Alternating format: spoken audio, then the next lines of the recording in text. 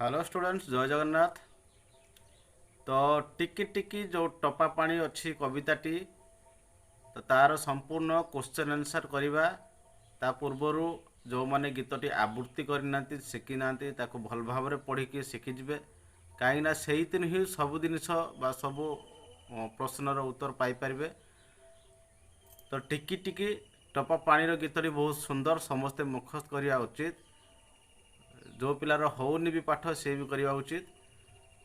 तो चलतु आम तार क्वेश्चन सेटा करदे। जदि जहाँ को वीडियो भल लगे निश्चित भाव लाइक कमेंट शेयर कर मु सब सब क्लासर पाई बहुत विषय क्वेश्चन आंसर छाड़ी भल भल छाड़ी एवं डिटेल्स छाड़ी समस्त जमी पढ़ी पारे। ओके चलतु क्वेश्चन आंसर करवा। तो पाठ्यपुस्तक अभ्यास प्रश्न उत्तर प्रथम होची समुद्र किपरि सृष्टि होइछ बोली कवि कहिसथि ना अनेक टिकी टिकी टप पानीर समाहार रे समुद्र सृष्टि होइछ बोली कवि कहिसथि। तापर पहाड़ पड़िया नगर सब धूलीर गढ़ा होइछ बोली कवि काहे कहिसथि ना टिकी टिकी धूली कणिका मिसी ए पृथ्वी गढ़ा होइछ। ସେହି ଧୂଳି କଣିକାର ଉପାଦାନ ପାହାଡ଼ ପଡ଼ିଆ ଓ ନଗର ସବୁ କିଛି ଗଢ଼ା ହୋଇଥିବାରୁ କବି ଏହିପରି କହିଛନ୍ତି। ତ ପ୍ରଶ୍ନ ଉତ୍ତର ଯେଉଁମାନେ ପାଇନାହାନ୍ତି ସେମାନେ ସ୍କ୍ରିନଶଟ୍ କରିନିଅ। ଗ ନମ୍ବର ଜଙ୍ଗଲ କିପରି ଲୋକମାନଙ୍କର ଉପକାର କରୁଛି ନା ଅନେକ ଗୁଡ଼ିଏ ଜଙ୍ଗଲର ଗଛର ସମାହାରରେ ଜଙ୍ଗଲ ଗଢ଼ି ଉଠିଛି।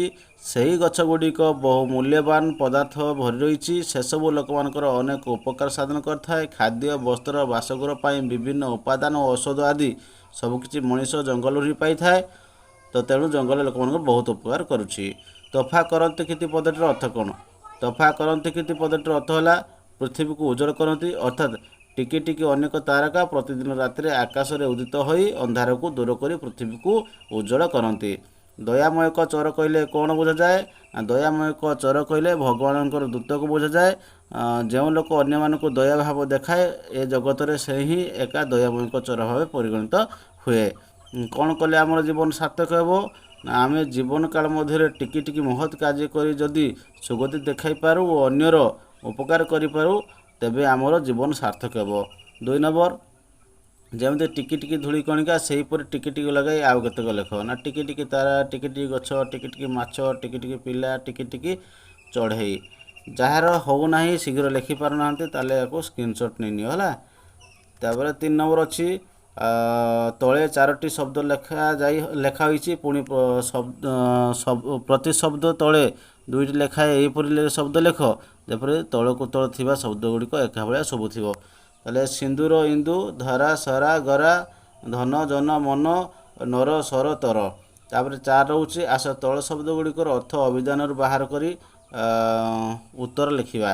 ଯେମିତି ଧରା ରହୁଛି ପୃଥିବୀ, ତଫା ରହୁଛି ଉଜ୍ଜଳ, ବିନାଶୀ ମାନେ ବିଲୋପ କରିବା ବା ଦୂର କରିବା, କ୍ଷିତି ମାନେ ପୃଥିବୀ, ସୁଗତି ମାନେ ହେଉଛି ଉତ୍ତମ ଗତି, ଆଉ ମର୍ତ୍ତ୍ୟ ମାନେ ପୃଥିବୀ। ତାପରେ ଦେଖିବା 5 ନମ୍ବର କବିତାର କିଛି ଅଂଶ ଛାଡ଼ି ଦିଆଯାଇଛି ତାକୁ ପୂରଣ କରିବ। ତାକୁ ନିଜେ କରିପାରିବ କବିତାରୁ ଦେଖିକି ବୁଝିଲା ରହିଛି ୟାକୁ କବିତାରୁ ଦେଖି କରିଦେବ। କ'ଣ ଟିକି ଟିକି ଧୂଳି କଣିକା ମିଶି ହୋଇଛି ଗଢ଼ା ପାହାଡ଼ ପଡ଼ିଆ ନଗର ସବୁ ଧୂଳିରେ ଗଢ଼ା। ହଁ ଆଉ ଲବେ ଲବେ ଦୟା ହୃଦୟ ଦେଇପାରେ ଯେ ନର ସେ ଏକା ବଲାଏ ଜଗତେ ଦୟାମୟଙ୍କ ଚର। ତାର 6 ନମ୍ବର ହେଉଛି ଜଙ୍ଗଲ ଆମର କି ଉପକାର କରୁছে ସେକୁ ଲେଖିବ। ତାହେଲେ ଗଟି ଗଟି କରି ଅନେକ ଗଛର ସମାହାରର ବଣ ସୃଷ୍ଟି ହୋଇଛି। ସେ ଗଛ ଗୁଡ଼ିକର ସୁମିଷ୍ଟ ଫଳ ଲୋକମାନଙ୍କର ଆହାର ହୋଇଥାଏ। ବଣରୁ ଲୋକମାନେ ବାସଗୃହ ଓ ଅନ୍ୟାନ୍ୟ ଉପକରଣ ତିଆରି ପାଇଁ କାଠ ବାଉଁଶ ପାଇଥାନ୍ତି। ବଣ ଥିବା ଔଷଧି ବୃକ୍ଷ ଔଷଧ ତିଆରି କରିବାରେ ସାହାଯ୍ୟ କରିଥାଏ। ଏହିପରି ବହୁତ କଥା ଅଛି ଯାହା ମନରେ ପାରିବ ଲେଖିପାରିବ। ତାପରେ ଏ କବିତାଟାକୁ ଭଲସେ ଗାଇବ ମାନେ ଭଲ ଗୁଣ ଯାଡ଼ାକ ଲବେ ଲବେ ଦୟା ହୃଦୟ ଦେଇପାରେ ଯେ କବିତାର ଯେଉଁ ଭଲ ଗୁଣ ଗୁଡ଼ିକ ଏଇଠି ଅଛି ହେଲା। ତାକୁ ସ୍କ୍ରିନଶଟ୍ ମଧ୍ୟ ନେଇନେବ। ସ୍କ୍ରିନଶଟ୍ ନେଇକି ତାକୁ ଖାତାରେ ଲେଖିଦେବ ଯେଉଁମାନଙ୍କର ହେଉନି ନହେଲେ ବହିରେ ଅଛି ସମସ୍ତେ ପାଇଯିବ ହେଲା। ତାପରେ ଗୀତଟା ବି ଭଲସେ ଗାଇଦେଲେ ଏଇଟା ମନେ ରହିଯିବ ଲବେ ଲବେ ଦୟା ହୃଦୟ ପାଖରେ ଖେଳେ।